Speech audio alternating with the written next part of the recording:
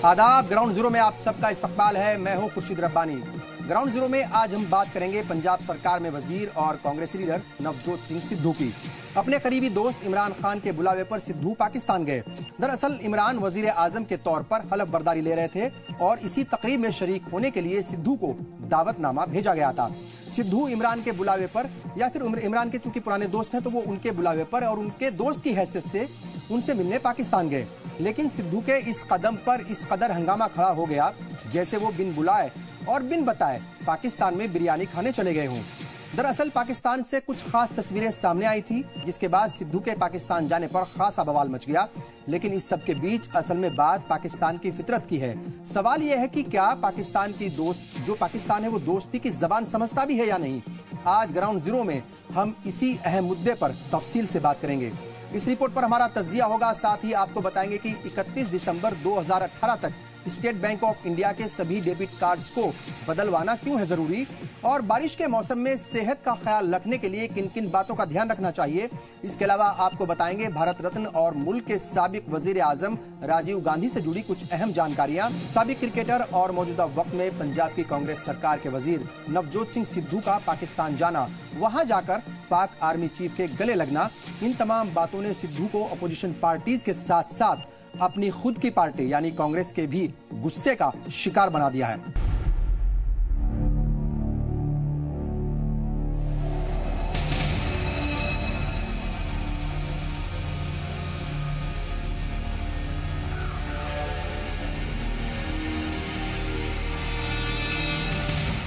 पाकिस्तान के नए नवेले वजीर आजम इमरान खान की हलफ बर्दारी तकरीब में शामिल होने गए साबिक क्रिकेटर और पंजाब की कांग्रेस सरकार में वजीर नवजोत सिंह सिद्धू की हलफ बर्दारी तकरीब से आई इन तस्वीरों को लेकर जबरदस्त तनाजा है।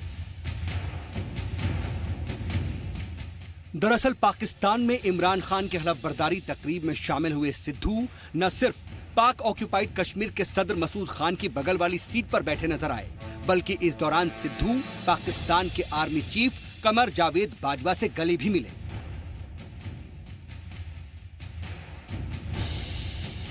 जाहिर है जिस वक्त सरहद पर हमारे जवान लगातार शहीद हो रहे हैं, ऐसे वक्त में पाक आर्मी चीफ से गले लगना और जिस पीओके का हिंदुस्तान की नजर में कोई वजूद ही नहीं है, उसके सदर के बगल में बैठना किसी को गवारा नहीं होगा। और हुआ भी ठीक वैसा ही। सिद्धू सोशल मीडिया से लेकर के सियासी तौर पर भी सभी के निशाने पर आ गए। सिद्धू जी को पीओके के प्रेसिडेंट मसूद खान के बगल में नहीं बैठना था, पहले अलग अलग बैठाया गया था। मसूद खान साहब पीछे बैठे थे, उनको पीछे से लाके सिद्धू जी के बगल में बैठाया गया। ये क्यों किया गया? सिद्धू जी मना कर सकते थे। कांग्रेस सोची समझी रणनीति के तहत पहले मणिशंकर अय्यर को भेजते थे, कई और नेताओं को भेजते थे, अब नया अग्रदूत बनाए हैं। इसलिए सिद्धू को तो चुल्लू भर पानी में डूब के मर जाना चाहिए। हर तरफ से हमले के बाद सिद्धू बैकफुट पर आए। उन्होंने सफाई दी कि अटल जी भी कुछ ऐसा ही चाहते थे कि असी वापस जाके सरकारां नूं उन्हां नाल राफ्ता करके गुफ्तगू करके उन्हां नूं इन्ना प्रेरित करिए कि वो एक कदम चलन। ते मैनूं विश्वास है और आस है कि जो एक कदम चलन गया तो इधरों दो कदम चलिया जाएगा। सिद्धू ने भले ही सफाई देने की कोशिश की हो, ये बताने की कोशिश भी की हो कि वो इस प्रोग्राम में जाती तौर पर शामिल हुए थे, ना कि सियासी तौर पर, लेकिन उनके हर जेस्चर पोस्टर को सियासी तौर से ही आंका गया। कम से कम उनकी पुरानी पार्टी बीजेपी ने तो कुछ ऐसा ही किया। जी सलाम के लिए ब्यूरो रिपोर्ट के साथ सऊद मोहम्मद खालिद की रिपोर्ट। और नवजोत सिंह सिद्धू का पाक दौरा जो है उसको लेकर भले ही हंगामा खड़ा हो रहा हो, हंगामा मचा हो, लेकिन यहाँ असल में बात पाकिस्तान की फितरत की भी है और उस पर बात होनी चाहिए। सवाल दरअसल ये भी है कि क्या ऐसी कोशिशों से पाकिस्तान अपनी फितरत से बाज आ पाएगा। तारीख पर नजर डालें तो पाकिस्तान की तरफ से हमें हमेशा ही मायूसी और धोखा हाथ लगा है।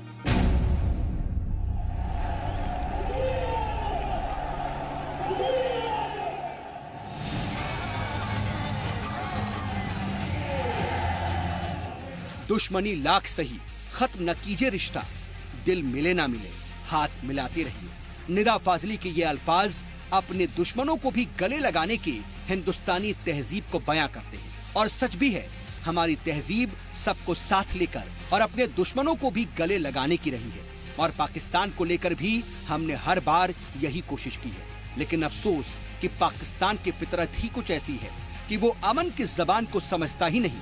आज भले ही कुछ लोग सिद्धू के गले मिलने और पीओके के सदर के बगल में बैठने को लेकर हो रहे हंगामे का बचाव कर रहे हो, भले ही कुछ लोग कह रहे हो कि सिद्धू ने कुछ गलत नहीं किया, भले ही कुछ लोग इसे सिद्धू का जाती दौरा करार दे रहे हो, लेकिन बात तो असल में पाकिस्तान के फितरत की है कि क्या पाकिस्तान को अमन की जबान समझ में आती है? क्या उसे अमन का पैगाम पसंद भी आता है? दरअसल पाकिस्तान से माजी में मिले जख्म और धोखे की फहरिस्त हमें होशियार रहने का इंतबाह देती है। पाकिस्तान के साथ रिश्ते सुधारने की पहले भी कई कोशिशें हुई, लेकिन नतीजा सिफर ही निकला। बात सिर्फ बीजेपी की जाए तो पाक से रिश्ते सुधारने की सबसे ज्यादा और कामयाब कोशिशें साबिक पीएम अटल बिहारी वाजपेयी जी ने की थी। वाजपेयी जी पहली बार फरवरी 1978 में पाकिस्तान गए थे। उस दौरान अटल जी भारत के वजीर खारजा हुआ करते थे। उस वक्त पाकिस्तान में जियाउल हक की फौजी हुकूमत थी। इसके बाद अटल जी के पीएम बनने के बाद दोनों देशों के रिश्तों में तेजी आई। 19 फरवरी 1999 को अटल जी 2 रोजा दौरे पर पाकिस्तान गए। अटल जी ने दिल्ली से लाहौर के बीच बस सर्विस की शुरुआत की। अटल बिहारी वाजपेयी उसी बस से पाकिस्तान के सफर पर गए। वाघा बॉर्डर पर पाक पीएम नवाज शरीफ ने वाजपेयी का इस्तकबाल किया। दोनों देशों के बीच लाहौर एलानिया नाम का 2 तरफा समझौता तक हुआ। लेकिन अफसोस कि वाजपेयी जी की सारी कोशिशों पर पानी फेरते हुए पाकिस्तान ने कारगिल का जख्म दे दिया। कारगिल जंग की वजह से दोनों देशों के रिश्तों में दरार आ गई। लेकिन वाजपेयी जी ने उम्मीद नहीं छोड़ी और एक नई तवानाई के साथ पाकिस्तान से रिश्ते सुधारने में कोशा हुए।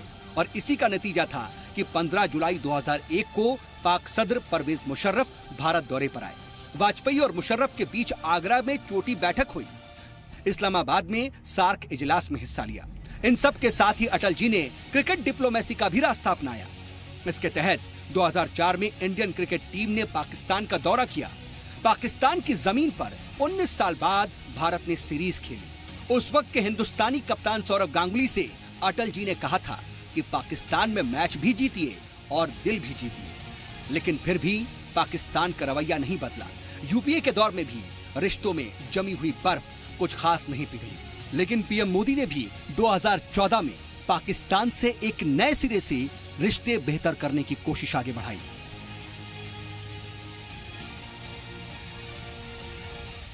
छब्बीस मई 2014 को पीएम मोदी ने पाक पीएम नवाज शरीफ को दावत दी। हलफ बर्दारी तकरीब में नवाज शरीफ शामिल हुए। इसके बाद शॉल और साड़ी डिप्लोमेसी अपनाई गई। लेकिन जुलाई 2015 को पाकिस्तान ने गुरदासपुर का बड़ा जख्म दे दिया।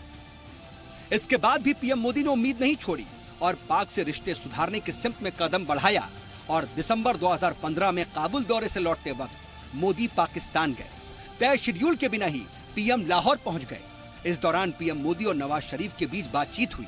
नवाज शरीफ की 66वीं सालगिरह पर पीएम मोदी ने खुद पहुंचकर उन्हें मुबारकबाद दी।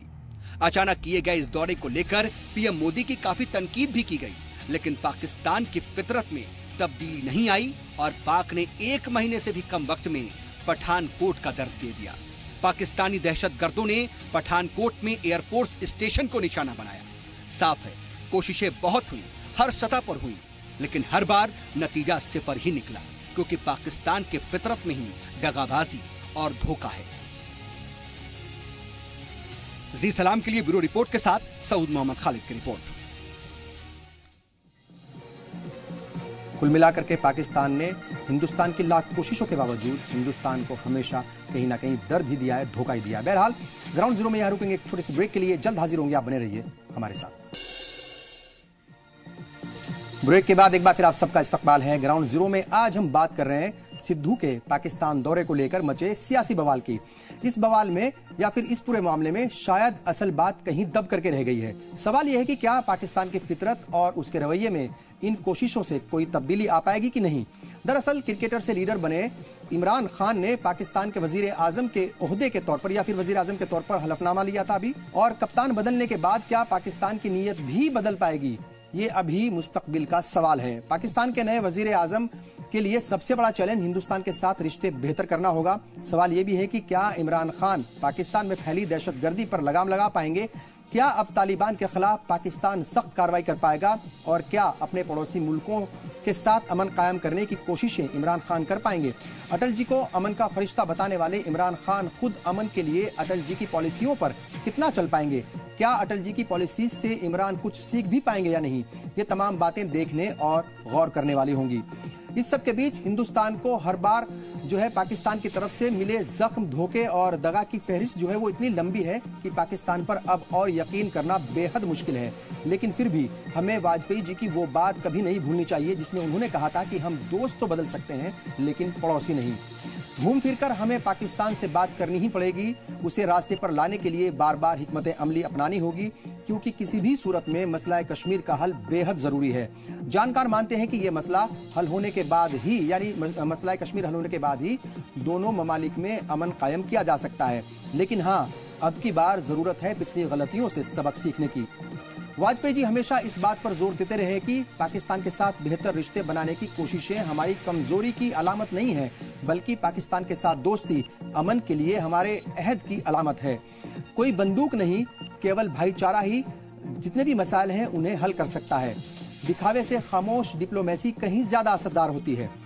हमारे परमाणु हथियार दुश्मनों की तरफ से परमाणु हमले के डर को खत्म करने के लिए है, ये अटल जी कहते थे। और पाकिस्तान को भी अटल जी की कही बातों को याद रखना चाहिए, उन्हें कभी नहीं भूलना चाहिए। आज भले ही पाकिस्तान के नए पीएम इमरान खान अमन की बात का जो है वो इशारा दे रहे हों, लेकिन माजी में मिले दर्द हम कभी नहीं भूल सकते। इसलिए अब हमें कोई भी कदम बेहद सोच समझ कर ही उठाना होगा। और इसलिए सिद्धू भी, उनकी भी ये मॉरल रेस्पॉन्सिबिलिटी थी कि वो भले ही प्रोग्राम में पुराने दोस्त और जाती तौर पर शामिल हुए हों, लेकिन उन्हें हिंदुस्तान के सफीर के तौर पर ही बर्ताव करना चाहिए था। ऐसा करके अपने अल्फाज से बड़ों बड़ों की बोलती बंद कर देने का मादा रखने वाले सिद्धू एक बड़ा पैगाम दे सकते थे। अगर सिद्धू ने ऐसा किया होता तो आज उनकी तनकीद नहीं बल्कि तारीफ हो रही होती। और इसी के साथ आगे बढ़ेंगे, बात करेंगे, जानना जरूरी है। स्टेट बैंक ऑफ इंडिया ने सभी डेबिट कार्ड होल्डर्स को पुराने एटीएम या डेबिट कार्ड को बदलने के लिए कहा है। स्टेट बैंक ने कहा है कि 31 दिसंबर 2018 तक सभी कस्टमर मौजूद डेबिट कार्ड को जो है इलेक्ट्रॉनिक चिप वाले कार्ड में तब्दील करा लें। ऐसा नहीं कराने वालों जो ऐसा नहीं करा पाएंगे, उनके जो कार्ड हैं वो सिक्योरिटी रीजंस की वजह से उनको बंद कर दिया जाएगा या उन्हें ब्लॉक कर दिया जाएगा। बैंक नया ईवीएम चिप डेबिट कार्ड जो है वो मुफ्त में मुहैया कराएगी, जिससे किसी भी तरह की सालाना या जिसके लिए किसी भी तरह की सालाना फीस नहीं ली जाएगी। बैंक ने इस मामले में अपनी वेबसाइट पर जानकारी भी जारी की है, जिसमें कहा गया है कि जो मौजूदा डेबिट कार्ड हैं वो मुस्तकिल तौर पर उनको ब्लॉक कर दिया जाएगा। उनकी जगह अकाउंट होल्डर्स को ईवीएम चिप वाले कार्ड जो है वो मुहैया कराए जाएंगे या दिए जाएंगे। जिन्हें अपने पुराने कार्ड बदलवाने हों वो इंटरनेट बैंकिंग ऑनलाइन SBI.com या फिर नजदीक की किसी ब्रांच में जाकर इस मामले में एप्लीकेशन दे सकते हैं। कस्टमर्स को लॉग इन करने के बाद ई सर्विस की टैब पर जाकर एटीएम जो कार्ड है उसकी जो खिदमात है उसका ऑप्शन चुनना होगा और आगे बताई हुई हिदायत को जो है वो लगातार फॉलो करना होगा। नया कार्ड कुछ वक्त के बाद जारी कर दिया जाएगा। कोई कस्टमर अगर कोई कार्ड नहीं बदलवाता है तो मुस्तकबिल में उसका जो पुराना डेबिट कार्ड था उसे पूरी तरीके से खत्म कर दिया जाएगा। SBI ने यह कदम RBI की हिदायत के कहने पर उठाया है। और बात करेंगे आपके फायदे की। बारिश में सेहत का ख्याल रखना बेहद जरूरी है, क्योंकि इस मौसम में बीमारियों का खतरा आम दिनों के मुकाबले कई गुना बढ़ जाता है। आयुर्वेद में सेहत के लिहाज से इस मौसम को ज्यादा तरजीह दी गई है। लोग जरूरी एहतियात बरतकर अपनी सेहत में जो है वो सुधार कर सकते हैं या उसका ख्याल रख सकते हैं। आयुर्वेद एक्सपर्ट्स का कहना है कि बारिश चंद दिनों की मेहमान होती है, लेकिन जगह जगह पानी भर जाने से मक्खी मच्छर जो है वो बढ़ जाते हैं। इससे मलेरिया, डेंगू, पेट और स्किन जैसे जो है वो उससे जुड़ी तमाम कई खतरनाक बीमारियां जो है वो हो सकती हैं। इसलिए सेहत की सलामती के लिए संजीदा रहना बेहद जरूरी है। आयुर्वेद डॉक्टर्स का मानना है कि खान पान पर ध्यान देकर मौसम का लुत्फ उठाया जा सकता है। जामुन, नाशपाती, अनार, सेब वगैरह का इस्तेमाल ज्यादा से ज्यादा करना चाहिए। साथ ही रात के खाने में भी एहतियात बरतनी चाहिए। बारिश में अगर आप भीग जाते हैं तो उससे बचें, बारिश में भीगने से बचें। और सावन में नमी के रहने की वजह से खाने पीने की जो चीजें हैं उनमें आसानी से फंगस लग जाती है। फंगस लगी चीजों को खाने से सेहत को नुकसान हो सकता है। ऐसे में ताजा और गर्म खाना खाने की ही कोशिश करें। मच्छरों के काटने से बचें या जो उनके होने वाली बीमारियां हैं, क्योंकि बहुत सारी बीमारियां हैं जो वो हो सकती हैं, तो जाहिर तौर पर उससे बचना चाहिए। उसके लिए आपको फुल आस्तीन की जो है वो कमीज पहननी चाहिए या कपड़े पहनने चाहिए। मच्छरदानी लगा करके सोएं। इस मौसम में शहद का ज्यादा से ज्यादा इस्तेमाल करें। इससे जिसमें बीमारियों से लड़ने की ताकत पैदा होती है। बुखार आने पर फौरन डॉक्टर की सलाह जरूर लें। और बात करेंगे आज की तारीख की। भारत रत्न और मुल्क के साबिक वजीर आजम राजीव गांधी की आज जो है यौम पैदाइश है। 20 अगस्त 1944 को आज ही के दिन राजीव गांधी मुंबई में पैदा हुए थे। राजीव गांधी मुल्क के छठे और सबसे नौजवान वजीर आजम के तौर पर उनको देखा जाता है। राजीव गांधी सिर्फ 40 साल की उम्र में मुल्क के वजीर आजम बने थे। 21 मई 1991 को आम इंतखाबात की कैंपेनिंग के दौरान तमिलनाडु के श्री पेरम्बदूर में एक बम धमाके में उनका कत्ल कर दिया गया था। आपको बता दें कि 1984 में इंदिरा गांधी के कत्ल के बाद राजीव गांधी भारी अक्सरियत के साथ इस मुल्क के वजीर आजम बने थे। और इसी के साथ वक्त हो गया है आपसे विदा लेने का। अपना ख्याल रखें, हर तरह की अफवाहों से दूर रहें। एक जिम्मेदार शहरी बनकर मॉब लिंचिंग जैसी घटनाओं को रोकने के लिए जरूर आगे आएं। कुछ देर के बाद देखिए आपकी बात बुशरा खानम के साथ। मुझे और पूरी टीम को दीजिए इजाजत। आदाब।